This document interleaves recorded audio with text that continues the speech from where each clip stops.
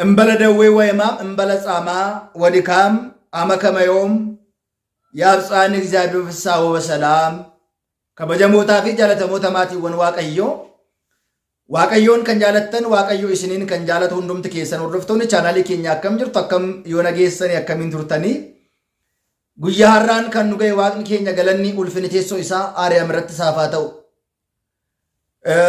guyyaa har'aa kan ammoo barnoota keenya torbee dhukkubbii gooftaa keenya qoricha keenya Yesuus Kiristoos keessatti 13 himaamata masqal dhukkubbiiwwan fannoo kudhaa sadan warri jedhaman eenyu faatisa jedhu yeroo baay'ee hin dhageenya adda baasne laaluun barbaachisaa waan ta'eedhaaf 13 himaamata መስቀል የሚባሉት እነማን ናቸው የሚለውን በቅደም ተከተሎቻቸው ወልዱራ ዱባ ኢሳኒን ተርቲባ ኢሳኔቲን ንኢላላ ጀቻ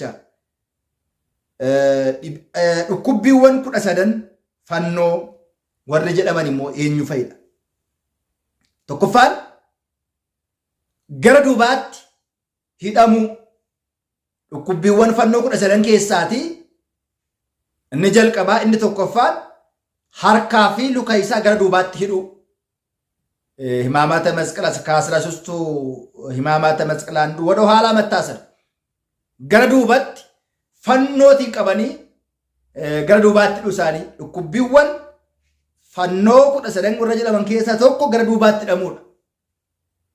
Inni lammaffaan immoo funyootiin harkifamu akkuma horii didaa bagamad mattaasir magottat akkuma sangaa gurguraaf gabaa baasan yookiin immoo hoolaa beellada manaa yommuu gabaa gurguruuf baasan funyoodhaan qabanii achi gaafa harkifattu ofitti butanii akkuma kana isas funyoodhaan hidhanii harkisu ni lammaffaan funyoodhaan hidhamee harkifamuudha. Inni sadaffaan lafarratti kufu bitaaf mirgaatiin ni darbatu turan fannoo baatee bitaattis mirgaattis fuuldurattis duubattis hin kufa ture hin darbatu ture isaanis hin kufisu turan. inni arbaffaan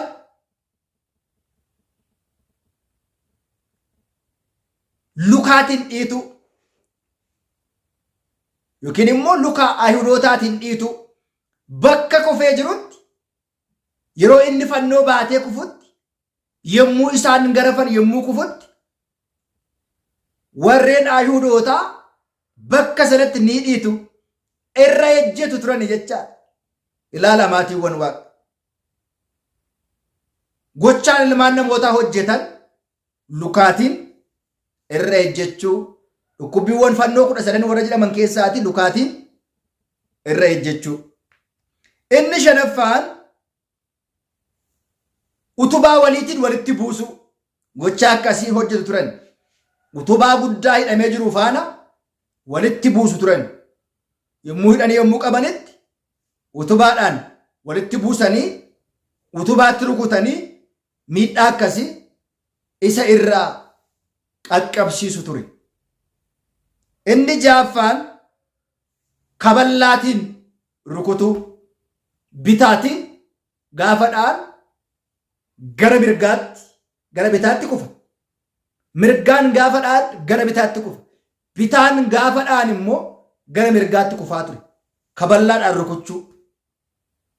Gochaa akkasii isa irratti raawwachaa turaniiru. Inni torbaffaan dugda isaa garaffii reebicha walirraa hin kunneetiin aal 666 walirraati otoo hin kutin foonsaa ciccite lafeensaa qofti angaafutti hin garafu turan.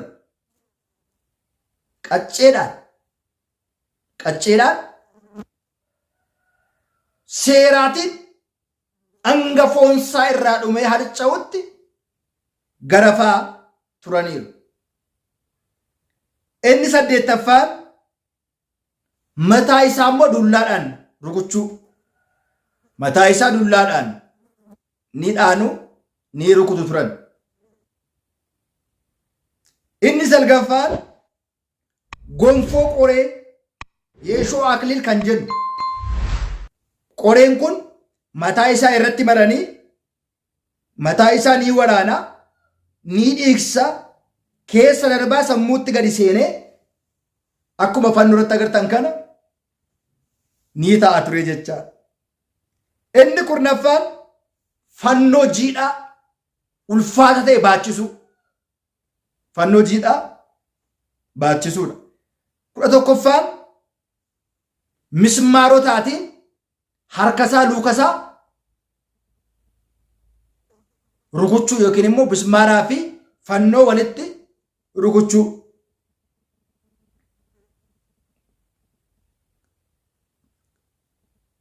Fannoo irratti fannoo isa gochuu. Innumtuu harki namaa bal'isee namni dhaabatee gaafa harka isaa bal'isu fannoodha. Isa fannoo irratti fannoodhuma gochuu. Inni 13ffaan hadhaawaa obaasuu. Hadhaawaa obaasuu isaan kun 13 himaamaata 13 himaamaata masqal dhukkubbiiwwan fannoo 13 jedhamanii reebicha rakkoo gidiraa isa irra ga'e immoo sirriitti kan ibsan sirriitti kan mul'isan isaan kanan. Maaliif ba'aa kana nuti baachuu waan hin dandeenyeef kaleessas ba'aa kana baachuu dadhabuu keenya waan dogongorreef waan isa gaddisiisne nurratti waan murtaa'ee tureef badii keenyaaf du'uu kan qabnu kan turedhaaf bakka du'a keenyaa inni du'e, bakka dheebuu keenyaa inni dheebote, bakka reebamuu keenyaa inni reebame, bakka qullaa ta'uu keenyaa inni qullaa ta'e nu uffisee kabaja guddaa ta'e kan ulfinaa dinqii ta'e kana baay'ee nu kenneera. Kanaaf waaqni keenya, kanaaf abbaan keenya, kanaaf fayyisaan keenya, kanaaf qorichi keenya waaqa dhugaa, waaqa jaalalaa osoo gatii hin baasiin kan nu jaalate, osoo gatii hin baasiin kan nu jaalate, gatiidhaanis kan nu bite, gatii baasee kan nu fayyifate, gatii nutti baasee kan nu jiraachise, jireenya kan nu kenne, kabaja kan nu kenne, ulfina kan nu kenne, bakka kabaja keenyaatti kan nu deebise. Galanni ulfinni isaaf haa ta'u. Akkuma beekamu barnoonni keenya torbee dhukkubbii akkuma sila dubbadhe waggaa 5,500 seenaa hojjetame torbee tokkotti dubbannee dubbisnee kadhannee sagannee yaadannee fixuun hin danda'amu. Kun bara baraatiin kiristaanonni yaadannoo kana taasisanii manni kiristaanaa keenya guyyaa oolmaan guddaan itti kaffalame dhiigni itti lalla'ee lafeen itti cabee foon itti cite kanatti bara baraan hin yaadannaa. Sammuu keenya keessaati nutis hin dagannu. Oolmaan isaa guddaadha. Nama nuu laatee nu obaase illee gaafa rakkinaa nama nu gargaare illee sammuu keenya keessaa hin dagannu. Oolmaa isaa kanas dagachuu hin dandeenyu dhugumatti. Hin dagannas yoo jenne oolmaan isaa oolmaa caalu የማይረሳ ውለታ ከውለታም በላይ የሆነ ውለታ ኦልማ ጫሉ ጋር ከሚተካ ኢብሰማን ኢምቤኩ ቶርቤን ኩቢ ከነዳ በርኖን ኬኛ እንዱማ እንጡሙራ ከነፈካታ ቶርቤን ኩቢ ኬኝ ይተከና እንደበርሲን ይራ እንደገፈቻ ከንቱርተን ሼር ጎቻ ከንቱርተን ሰብስክራይብ ጎቻ ከንቱርተን ያደኑ ከና ከንቱርተን ያረ ጀጀብና ሉአቻ ከንቱርተን ሰገሌ ጅሬኛ ሲናደገሱ ጀቻ ከንቱርተን ጉዳ ገለቶማ ገረፉን ዱራትስሞ erga hiikameen booda ayyaana du'aa ka'umsaas dinqiiwwan ta'an walitti ilaalla. Erga hiikameen boodas immoo guyyoonni jiran torbee tokkoof hiikaa maqaa isaanii ni qabu. Barnoota keenya asirrattis wal agarraa. Waan nu dhaggeeffattaniif galatooma waliif dabarsaan dhaamsa koodha.